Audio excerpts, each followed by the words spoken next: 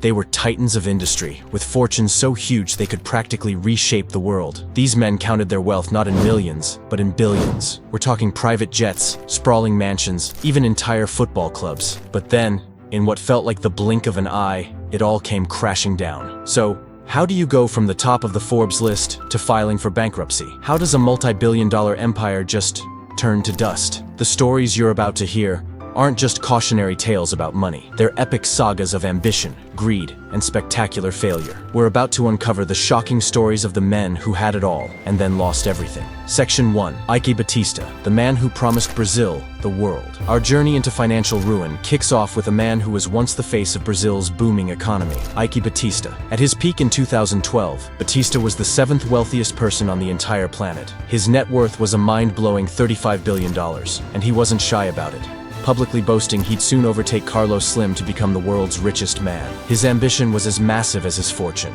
Batista's empire, the EBX Group, was a sprawling mix of mining, energy, and logistics companies. He famously branded every single one of his ventures with the letter X, a symbol he believed meant wealth would multiply. And for a while, it seemed to be working.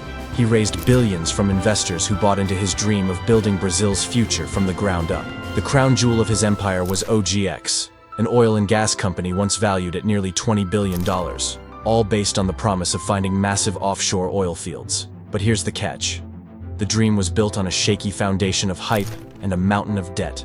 The turning point came when Batista's trillion-dollar oil fields just didn't deliver. OGX, the company that had promised to pump 750,000 barrels of oil a day, was barely producing 15,000. Once reality hit, investor confidence vanished. The same stock market that made him a star turned on him, and fast. His companies, all dangerously intertwined and leveraged to the hilt, began to collapse like a house of cards. The downfall was nothing short of historic. In just 2 years, Batista's $35 billion fortune was gone. By 2014, he had a negative net worth of $1 billion.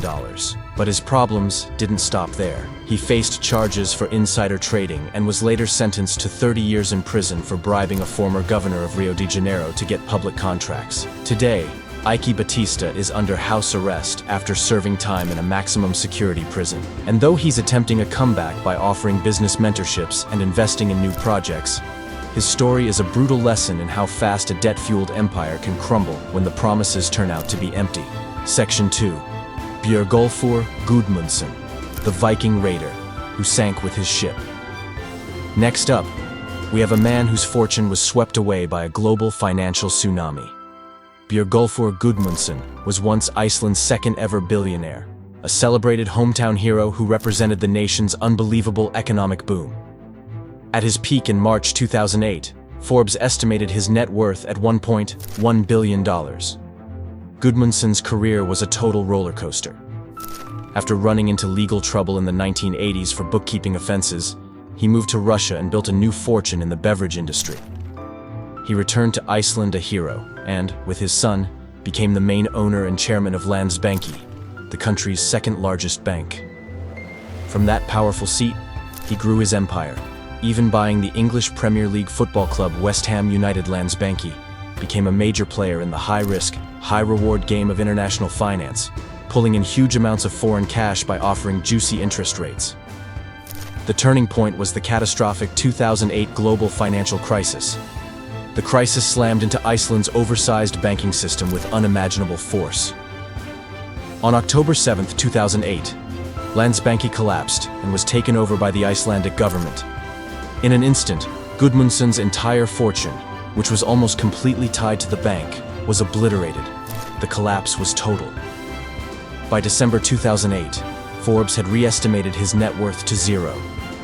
The next year, he declared personal bankruptcy, admitting to debts of nearly £500 million, about $750 million at the time, making it one of the largest personal bankruptcies in history. He lost West Ham United, and his reputation in Iceland went from celebrated tycoon to one of the key figures blamed for the country's economic disaster.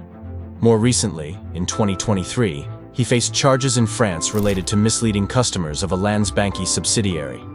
His life is a dramatic example of how fortunes built on the volatile world of high finance can vanish overnight when the tide suddenly goes out. Section 3.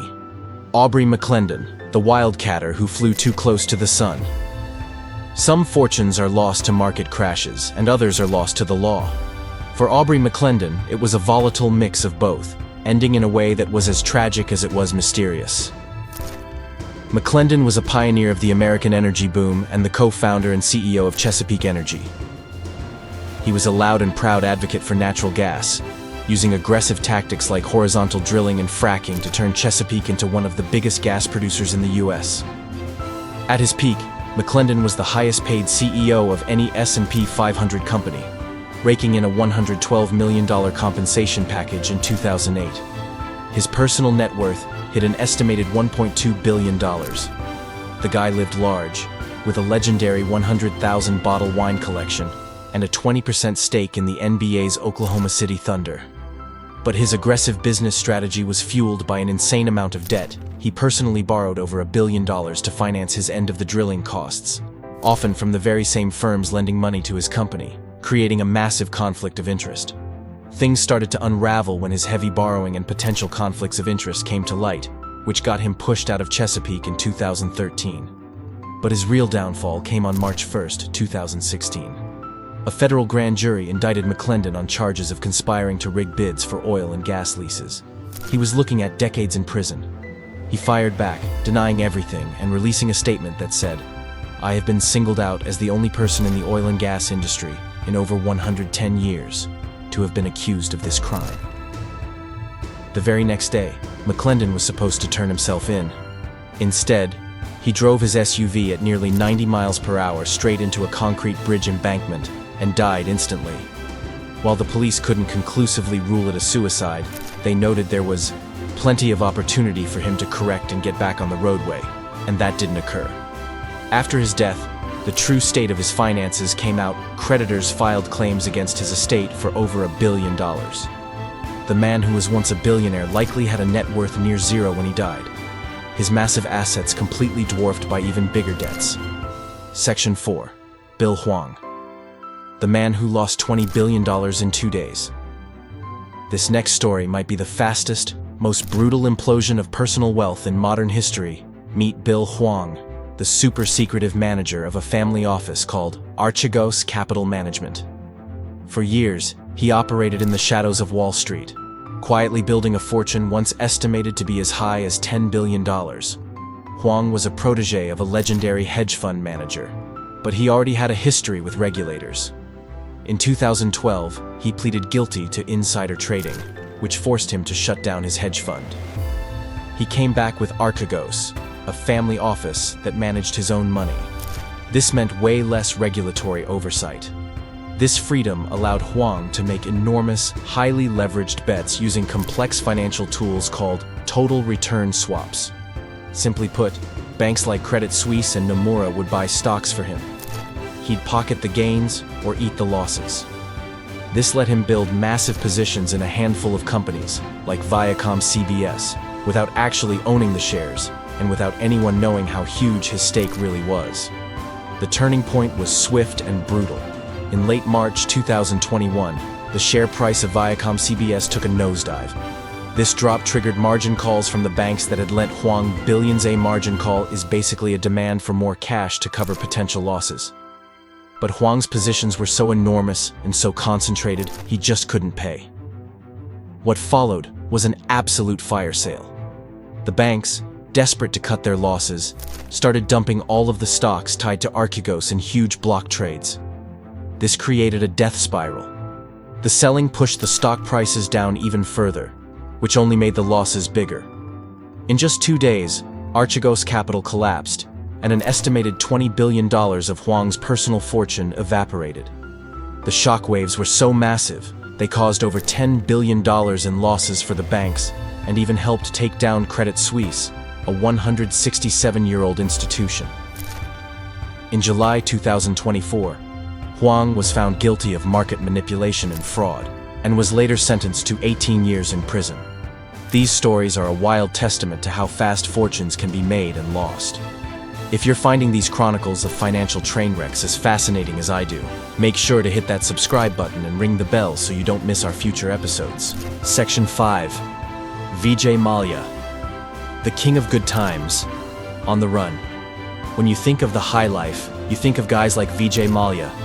Nicknamed the King of Good Times in his native India, Mallya inherited his father's beverage business and turned it into a multi-billion-dollar conglomerate. At his peak, he was worth an estimated $1.5 billion. He was famous for his flamboyant lifestyle, throwing lavish parties with stars like Lionel Richie, and owning both a Formula One team and a cricket franchise. Mallya's ambition took him into the airline industry with Kingfisher Airlines, which he promised would be the most luxurious airline in India. The problem was, the airline was a financial mess from the very beginning. To keep it in the air, Mallya borrowed massive amounts of money from a group of Indian banks. The turning point came in 2012 when Kingfisher Airlines, crippled by its mountain of debt, finally went under. This was just the start of Mallya's troubles. Indian authorities accused him of money laundering and fraud, claiming he'd diverted hundreds of millions of dollars from the loans meant for the airline. In total, he owed the banks a staggering sum of over $1.3 billion. With the law closing in on him, Mallya made a run for it. In March 2016, right as an arrest warrant was about to be issued, he fled India for the United Kingdom, where he's been ever since. He's been officially declared a fugitive economic offender by Indian courts. For years, the Indian government has been fighting a long and messy legal battle to get him extradited. While UK courts approved it years ago, the process is stuck in some kind of mysterious legal limbo, possibly related to a confidential asylum claim. As of late 2025, the King of Good Times remains in the UK, a billionaire on the run from a mountain of debt and the law. Section 6. Yasumitsu Shigeta, the man who survived the dot-com bomb. Imagine building a fortune so fast it defies belief, and then watching almost all of it evaporate just as quickly. That's exactly what happened to Yasumitsu Shigeta, the man who became the poster child for the spectacular dot-com bubble, and its equally spectacular burst. Shigeta, once Japan's youngest self-made billionaire, was a true visionary of the mobile internet age. He founded Hikari Tsushin, a company that started out selling mobile phones, but quickly pivoted to cashing in on the internet boom. At the height of the dot-com mania in early 2000, shares of his company skyrocketed. Shigeta's personal net worth exploded to an unbelievable $42 billion, making him, for a moment, one of the wealthiest people on the planet. The turning point for Shigeta and the entire tech world was the bursting of the dot-com bubble. In a matter of weeks, the market's wild optimism turned to sheer panic. Investors woke up and realized many internet companies had insane valuations with no actual profits. Hikari Tsushin's stock went into a nosedive. The downfall was just as dramatic as the rise. As the market crashed, Shigeta's paper fortune collapsed by over 95%. His peak net worth of $42 billion plummeted, and while he didn't go completely bankrupt like others on this list, the sheer scale of his loss is one of the most extreme in history. But unlike many dot-com flameouts, Shigeta's story has a second act. He managed to restructure Hikari Tsushin, shifting its focus to more stable businesses like office equipment and insurance. He persevered, and over the next 2 decades, slowly rebuilt his company and his fortune, eventually rejoining the ranks of billionaires. His story is a powerful reminder of both the insane volatility of speculative bubbles and the kind of resilience it takes to survive them. Section 7. Bernard Madoff, the architect of history's biggest lie. Of course, no list of catastrophic financial ruin is complete without the man who built history's biggest lie, Bernard Madoff. For decades, Madoff wasn't just a billionaire, he was a Wall Street legend. A former chairman of the NASDAQ stock exchange, his name inspired nothing but trust and confidence among thousands of wealthy investors. His personal fortune was estimated at over $800 million. Madoff's investment firm was seen as the gold standard. He promised steady, amazing returns of 10 to 20% a year, every single year, no matter what the market was doing. He built an aura of total exclusivity. Investing with Bernie was a privilege. The secret, he claimed, was a complex trading strategy. But it was all a lie. There were no trades. Madoff was just running a gigantic Ponzi scheme, taking money from new investors to pay off earlier ones, all while funding his own lavish lifestyle. The turning point, like for so many others, was the 2008 financial crisis. As the markets tanked, Panicked investors tried to withdraw a collective $7 billion from their accounts, but the money just wasn't there. The lie had grown too big to handle. With nowhere left to turn, Madoff confessed everything to his two sons. They immediately went to the authorities. The collapse revealed a fraud so big it was almost impossible to comprehend. Fake account statements claimed his clients had $65 billion, but it was all fiction. The scheme had wiped out the life savings of thousands of people, destroyed charities, and shattered families. Madoff pleaded guilty to 11 federal crimes and was sentenced to the maximum of 150 years in prison. His personal wealth, his yachts, his penthouses, it was all seized to try and repay his victims. Madoff died in prison in 2021, his name now forever synonymous with deceit, and his story the ultimate cautionary tale of a fortune built not on business, but on a breathtakingly massive lie. So, what's the takeaway from all of these financial train wrecks? From the hubris of Ike Batista to the outright fraud of Bernie Madoff, the stories of these fallen titans share a few common threads. It was over-leveraged ambition, a complete disregard for risk, and in many cases, a flagrant defiance of the law. They prove that fortunes, no matter how huge, can be incredibly fragile. Whether they were lost to a market crash, a prosecutor, or a web of their own lies, their journeys from billions to broke serve as a powerful and timeless warning. They had the world at their fingertips, and in the end, they were left with nothing. If you found these stories of financial collapse compelling, hit that like button and let us know in the comments which story shocked you the most. Don't forget to subscribe and click the bell for more deep dives into the biggest stories in business and finance. And while you're here, check out our other video on the dumbest ways billionaires went completely broke for even more tales of fortunes lost. Thanks for watching.